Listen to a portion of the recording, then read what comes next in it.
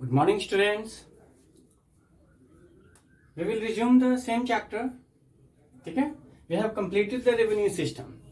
Revenue system 4 तरह के जो जनरली पढ़ाए जाते हैं और पढ़ना होता है वो आपको पढ़ा दिया गया। पहला था बिड सिस्टम, याद आ रहा होगा। सेकंड था परमानेंट सेटलमेंट, नाम से ही क्लियर हो रहा था कि परमानेंट सेटलमेंट मतलब 10 साल के लिए है और इसे सेटल करना है फॉर एवर। हो नहीं पाया। फिर उसके बाद आता है Ryotwari system and finally Mahalwari system.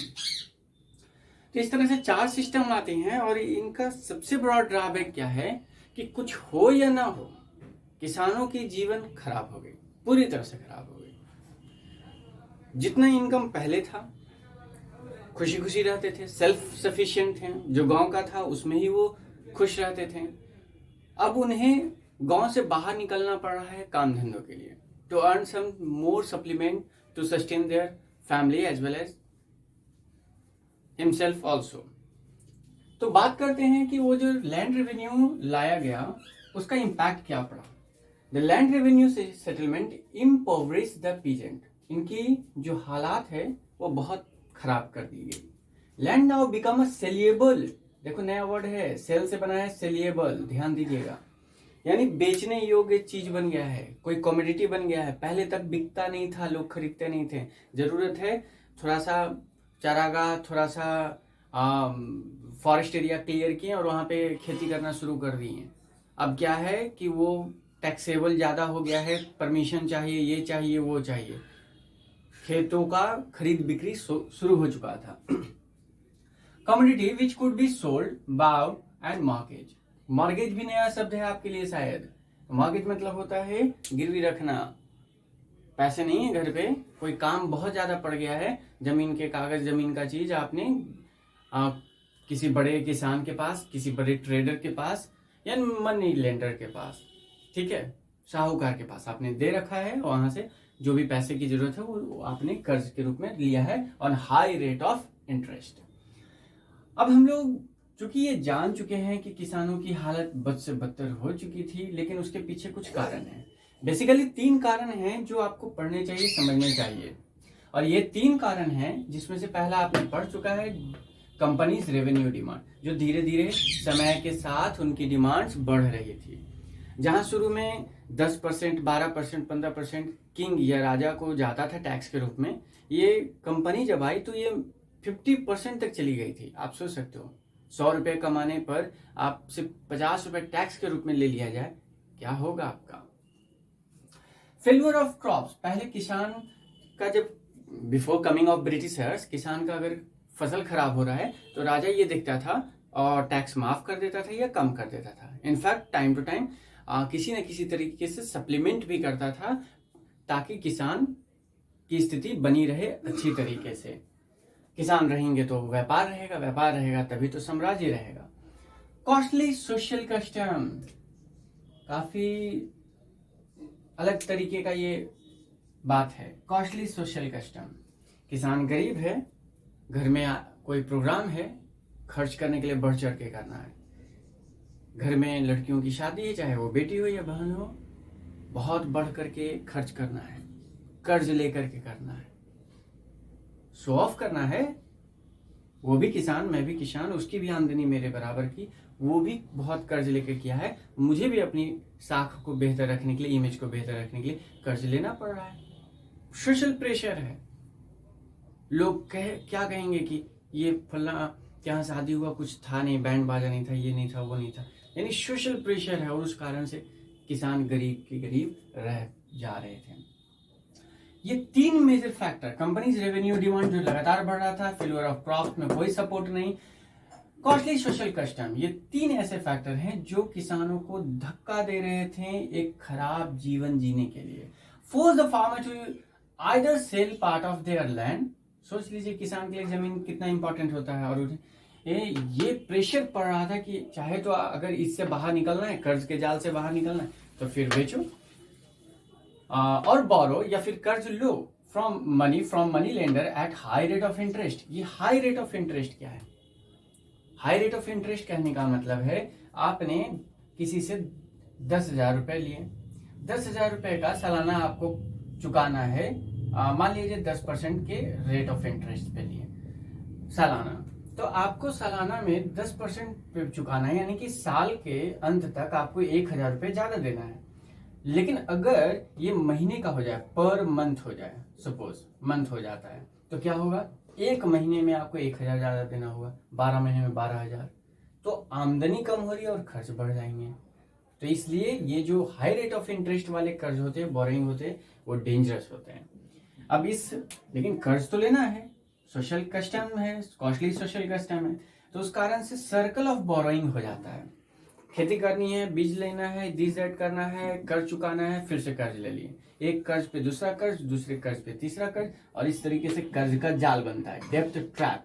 ठीक है, बोरोइंग मतलब कर्ज लेना, डेप्ट मतलब कर्जदार हो गए हैं किसी के, ठीक है, बोझ हम पे है, तो कर्ज का जाल में हम फंस चुके हैं। अब इससे बाहर निकलना है तो जमीन ही बेचना होगा। जमीन बेच दोगे तो फिर क्या होगा, क्या उगाओगे और क्या खाओगे, दूसरे की जमीन पे काम करो। अभी 50% मिलता है, उसके जमीन पे काम करोगे तो 25%, 10% के हिसाब से, मेहनताना के हिसाब से वेजेस पे आपको रखा जाएगा, वेज लेबर बन के रह जाओगे, लाइफ मिजरेबल हो जाएगा। ये स्थिति थी। ये सब जब चल रहा था तो एक नया क्लास जमींदारों का तैयार हुआ भारत में।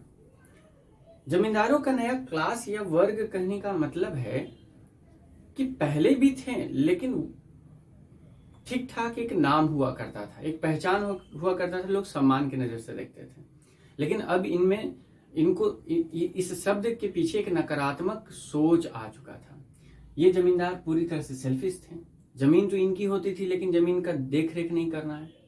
टिप्स तो बता दी कि क्रॉप रोटेशन करो, मैन्योर्स ऐड करो, लेकिन कहाँ से आएगा, कैसे व्यवस्था करेंगे, इस पे ध्यान नहीं देना है। नहर की खुदाई हुई है या नहीं हुई है, इस पे ध्यान नहीं देना है। ट्यूबवेल्स वगैरह पे ध्यान नहीं देना है, पेड़ पौधों पे ध्यान नहीं देना है। समय समय पे जो गांव में खर्च होने चाहिए टाइम टू टाइम, जो पहले के समय में राजा रजवाड़ों के समय में हुआ करता था, ताकि सब सामान्य तरीके से, प्रोग्रेसिव तरीके से आगे बढ़ा जा सके, वो सब बंद हो चुका था।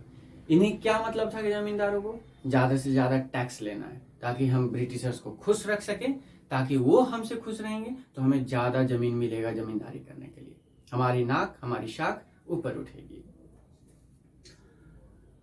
अब एक नया टॉपिक आपके चैप्टर में शुरू होगा, commercial crop and cash crop. जी हाँ, कमर्शियल क्रॉप या कैश क्रॉप। कमर्शियल जिसका व्यापार किया जा सके, कॉमर्स से है, कमर्शियल खरीद बिक्री से रिलेटेड है। और कैश क्रॉप ऐसा क्रॉप जिसे उगाते ही हैं हम बेसिकली बेचने के लिए। ठीक है, मेरा मोटो ही होता है कि इसका प्लांटेशन करना है, इसको लगाना है, इसको उगाना है, ताकि हम इसे बेच करके ज्यादा से ज्यादा प्रॉफिट कमा सकें। दिमाग में ये शक नहीं आना चाहिए कि क्या लोग खुद उसको उगा के कंजप्शन नहीं करते हैं। करते हैं। मेरी चाय की बागान मान लो है, बहुत बड़ी है, तो मैं भी चाय पीता हूँ। लेकिन इसका मतलब ये थोड़ी ना कि 20,000 किलो या 50,000 kg जो भी चाय उग रहा है सब मैं कंज्यूम कर रहा हूँ। बेसिकली मेरा फोकस है बेचना, इसलिए कैश क्रॉप। चावल भी मैं कमर्शियल कर सकता हूँ अगर बेचने के मकसद से उगाया गया। गेहूं भी कमर्शियल कर सकता हूँ अगर बेचने के मकसद से उगाया गया, तो सारा कंजप्शन तो मैं नहीं करूंगा। इसलिए ये कमर्शियल क्रॉप थे। बेसिकली भारत में कई सारे तरह के कमर्शियल क्रॉप थे, लेकिन उनमें से मैंने 5 को छाटा है और प्लेसेस भी मैंने निर्धारित किया है। जैसे राइस कहाँ कहाँ ईस्ट इंडिया कंपनी के द्वारा उगाया गया, तो मद्रास और बर्मा। बेसिकली बर्मा भी जो है म्यांमार है, लेकिन उन दिनों म्यांमार पे भी ईस्ट इंडिया कंपनी या कहा जाए तो ब्रिटिश का थोड़ा बहुत शासन होने लगा था। वीट पंजाब का रीजन, पंजाब जो मैं बोल रहा हूँ, और बिफोर इंडिपेंडेंस के पहले के भारत के बारे में मैं बात कर रहा हूँ।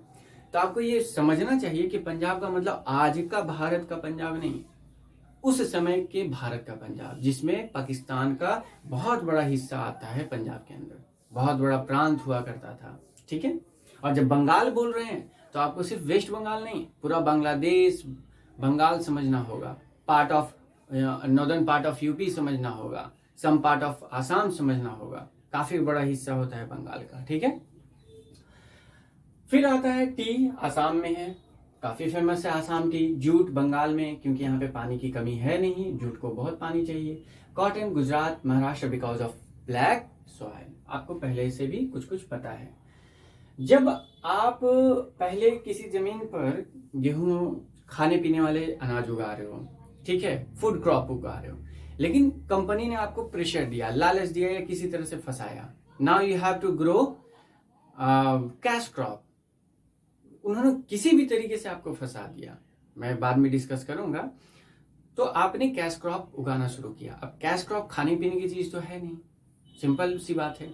जनरली जो कैश क्रॉप के बारे में हम पढ़ते हैं, कुछ भी उगाया जा सकता है, खाने पीने के भी चीज कैश क्रॉप में, लेकिन बेसिकली कैश क्रॉप यही सारे चीज ज्यादातर माने जाते हैं। अब कॉटन खाया नहीं जा सकता है, जूट खाया नहीं जा सकता है, टी नहीं, शुगर केन वगैरह वगैरह जो है। अब इसी में मान लो कि आपको कैश क्रॉप उगाने के लिए कहा जाए, तो आपकी जमीन जो पहले अनाज दे रही थी अब कैश क्रॉप है, उस पर चाय उग रहा है, उस पर कॉटन उग रहा है, उस पर दूसरे चीज उग रहे हैं जो खाने के नहीं है। तो सिंपल सी बात है कि फूड क्रॉप की कमी हो जाएगी, एक्यूट शॉर्टेज हो जाएगा, महंगाई बढ़ जाएगी, आप खुद ही सोच में पड़ जाओगे from where I could get it, और कहाँ से हम खरीदें और खाएं। ये प्रॉब्लम बहुत बड़ी थी किसानों के साथ, ठीक है। अब इसके बाद चैप्टर में एक और नया टॉपिक छूटता है, आता है कमर्शियल क्रॉप के रूप में इंडिगो को लेकर के। इंडिगो बेसिकली एक ऐसा पौधा है जिसे हम लोग हिंदी में नील का पौधा बोलते हैं। नील शब्द नीला से आया है, ब्लूइश, ठीक है। इससे नील या नीला जो है ये ब्लू कलर डाई है। ब्रिटेन में इसका डिमांड खूब है, आज भी है, पहले भी था। आपको पता ही है कि ब्रिटिशर्स या क्रिश्चियनिटी में ज्यादातर लोग व्हाइट पहनना पसंद करते हैं बेहतर ओकेजन्स के समय में। अब व्हाइट को एक ग्लिटरिंग कलर देने के लिए, एक स्पार्किंग कलर देने के लिए नील या इंडिगो की जरूरत पड़ती थी, तो इस कारण से वहां पे डिमांड ज्यादा था। लेकिन ब्रिटिशर्स शुरू में जब भारत आए थे तो इंडिगो नहीं उगा रहे थे, थोड़ा बहुत उगता था नो डाउट, उससे काम चल रहा था।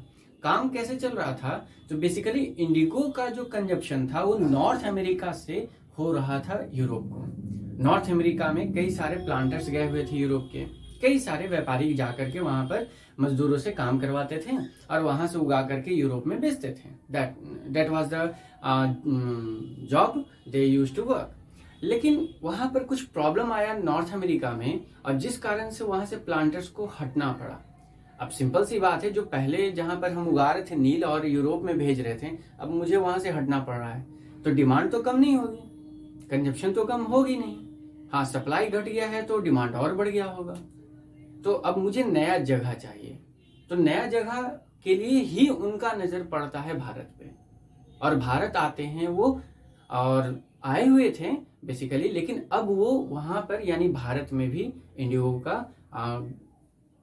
प्रोडक्शन या कहा जाए तो कमर्शियलाइजेशन, कमर्शियल फार्मिंग करना शुरू करते हैं, ठीक है।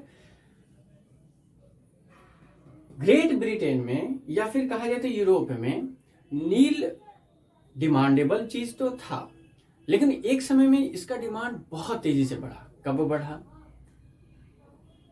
जब यूरोप में ब्रिटेन के अंदर में इंडस्ट्रियल रिवॉल्यूशन आया, ठीक है, औद्योगिक क्रांति से कहते हैं। फैक्ट्री बनना शुरू हो गया, जो पहले हाथ से लोग काम कर रहे थे अब मशीन काम कर रहा है। एक पिस्टल बनाने में एक आदमी को 1 हफ्ता लग रहा था, अब मशीन उस एक पिस्टल 2 घंटे में बना दे रहा है। There was such a transforming taking place in the European market, और इसका बिगिनिंग होता है इंग्लैंड से, लंदन से कहा जा सकता है। तो जब फैक्ट्री बनने लगे तो कई सारे फैक्ट्री टेक्सटाइल के बन गए। अब टेक्सटाइल के फैक्ट्री होने का मतलब है कि प्रोडक्शन तेज होने लगा। जो पहले कपड़े कम बन रहे थे अब ज्यादा बनने लगे, सस्ते बनने लगे, तो उन्हें तो नील चाहिए, उन्हें तो इंडिगो चाहिए। अब इस कारण से डिमांड ज्यादा बढ़ गया, बहुत ज्यादा बढ़ गया। तो feed that demand of Europe of Indigo, the Britishers focus on India और Indian subcontinent to produce more and more indigo। तो भारत में जितने भी गंगेटिक रीजन है जहां पे फर्टिलिटी बहुत अच्छी थी, सभी जगहों पे किसानों को किसी न किसी तरीके से फंसा करके इंडिगो उगाने के लिए विवश किया गया, ठीक है। ये अलग बात है कि यूरोप में भी इंडिगो जैसा ही कुछ उगता है, इंडिगो जैसा ही उगता है जिसका नाम है वोड, ठीक है। ये एक प्लांट है, वोड प्लांट, जिसमें नील के ही जैसा कुछ निकलता है लेकिन इंफीरियर क्वालिटी का है। Movement of plantation from North America to Indian subcontinent मैंने कुछ कुछ जिक्र किया है, आगे और कुछ मैं बताऊंगा, और फिर उसके बाद इंडिगो रिबेलियन हम लोग पढ़ेंगे नेक्स्ट वीडियो में। ठीक है, फॉर दिस थैंक यू।